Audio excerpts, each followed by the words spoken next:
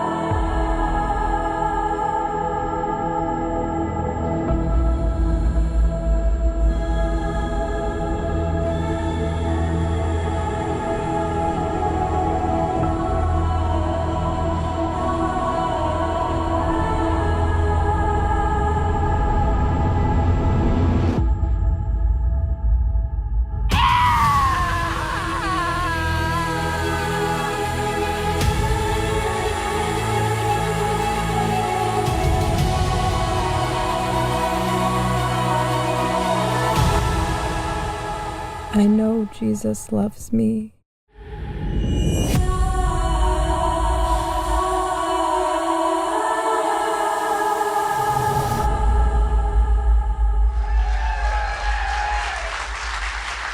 Just a real quick introduction to anybody that doesn't know me. My name is Matthew Beltz. I'm the host of the Film Stock Podcast. It's a podcast about filmmakers for filmmakers, and essentially each episode I get to sit down with a new filmmaker and find out a little bit about them. And today I'm taking that format here for brief interviews. So without further ado, let's please invite Kris Salvi to the stage.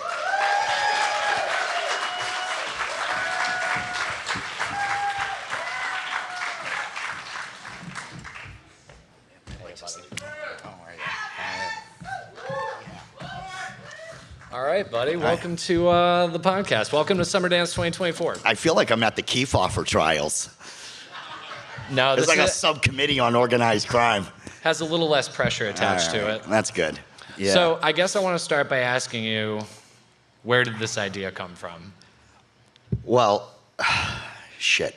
I mean, it's a crazy movie. That's why I want to ask. I always wanted to, in my mind, make Dante's Inferno, like the book. I don't have any money, so I can't do that.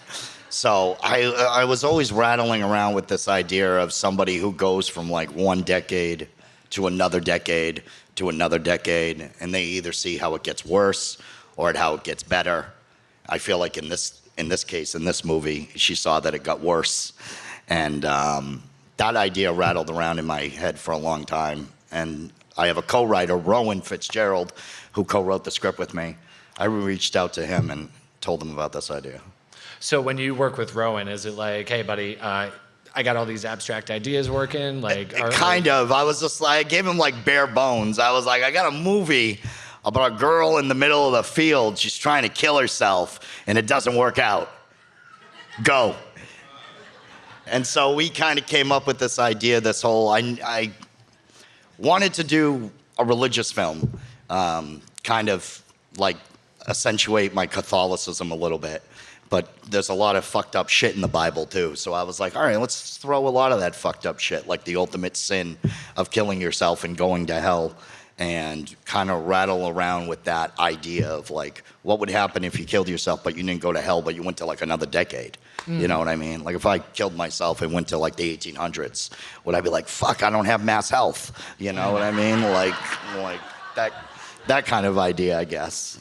Yeah. So what was the production process like? So you and Rowan come up with this idea, you write it, and then is it, all right, we're right into production, or was there? No, it lingered for a little bit. It lingered, finding the right locations, trying to get, especially that field you see at the beginning of the movie. That was a bitch. Yeah, where was that? That was an abandoned field I just found, and we went there one morning and was like, okay, here we are. Yeah. This is it. I need a wide, kind of like wide view, and this will do okay. My buddy showed it to me a long time ago. He hikes out there. I don't do much hiking because I'm a smoker, but I limp with him as he goes along, and he showed me this giant field, and I was like, oh, I'm going to use that in a movie one day. And so I used it in this one. Hell yeah. Can you talk about the cast? Who do you got in there, and what was it like working with them? Amy Thomason, who I think did a really great job. Give it up for Amy. Amy really came to my rescue. I did auditions, and it was a really close call with a couple of actresses. Like, I had a really tough time casting this. What do you mean? What was difficult about casting? It was just everybody who sent in an audition did really, really great. Like, they did fantastic. So it wasn't that you had a problem casting. It was a problem that you had I had too many good people, and I was like, I can't put them all in the movie. Like, as much as I would want to do that, but I was like, what? I was really looking for a girl that could accentuate that scream in the cemetery. And there was a couple of actresses that were good, and then there was like mousy ones that were like, eh. And I was like, all right, they're good actors, but they can't scream. Amy gave me all of them. And then everybody else kind of fell into line. Romeo I auditioned, who plays like the spirit guide. Yep. He's kind of like the Virgil of the movie. He's like Virgil from Wish.com, so... I cast him. He really had no lines, so I was just looking for kind of like someone like kind of who was young, not too old, but also he has like a very like boyish, pure look about him. So I was like, the character of Virgil needs to be like pure. And I auditioned him, and Mark Powers just arrived on set one day. Let's give it up for Mark. Yeah, let's give it up for Mark Powers every day. And Mark Powers just showed up, and I was like, all right, I've got my Smith Corona typewriter on set. I'm going to write a whole new scene where you're like the devil. And he just ended up in the movie. That's awesome. Yeah. That's awesome. And so I've had the pleasure of seeing a lot of Kris's films, and this seems like a departure for you.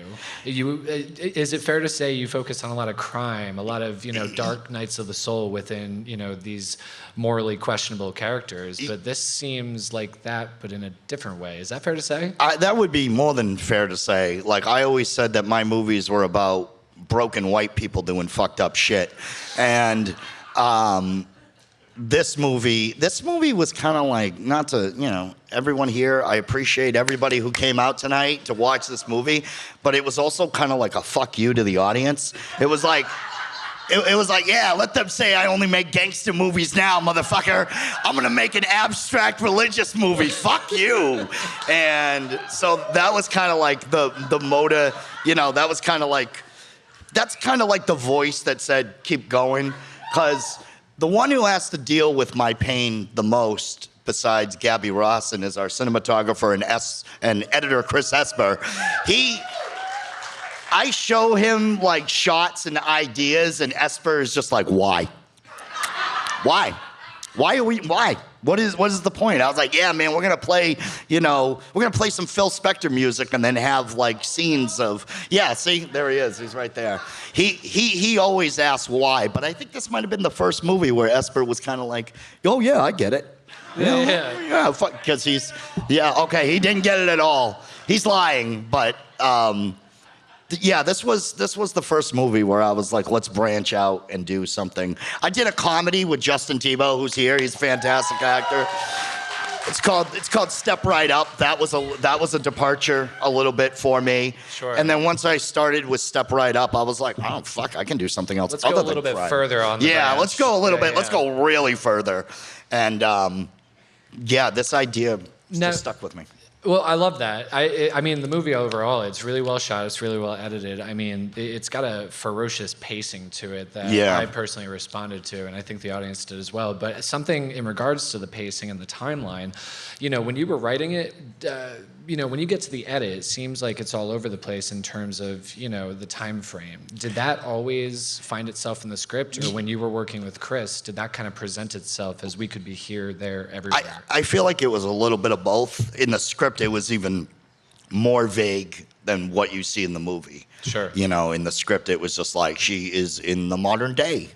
And it's like, well, what is the modern day? You know what I mean? Like, that was the question of it.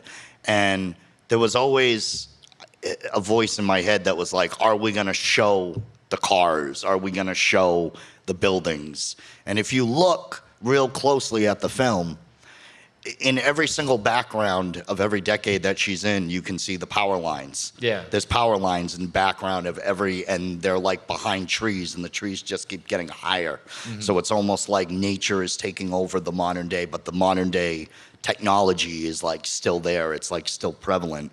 And I think what was more important, rather than showing the modern day, was not showing the modern day, using your imagination. Like what would 2024 look like to someone from 1900? They'd probably blow their brains out. You know what I mean? Like they'd fucking flip out. So to me, it was like that was important, not to show it, only to hear it. And what was the question? It's okay. I'm going to ask you one last question because we only have a limited amount of time with each I don't want to stay up here all I night. do have one last question. I think that I might speak for the audience when I say this. One of the wide shots that you had, it had a really interesting effect, and I didn't know if you would want to talk about it. So she's running away from the camera. Yeah. She's running in slow-mo, but in the background, you can see the traffic. Yeah. Can you speak briefly about how you achieved that? That's all a Kris Esper. question? Yeah, I mean, it was my idea, and I told them about it. And I was expecting Esper to be, I was like, I wanted to run in slow motion, but I want everything to be really fast in the background, like time moves on. And Esper's like, hold my beer. No, well, Esper actually, I was expecting him to be like, Jesus Christ, Kris, what the fuck? But instead, he was like, oh no, we can do that. Hell yeah. Oh yeah, we can absolutely do that. I'm like, really? And he's like, hell yeah. You don't know anything about directing, do you, Salvi? And I was like, well, no. I think it's very clear that you do know something about directing. Ladies and gentlemen, let's give it up for Kris Salvi. Thank you.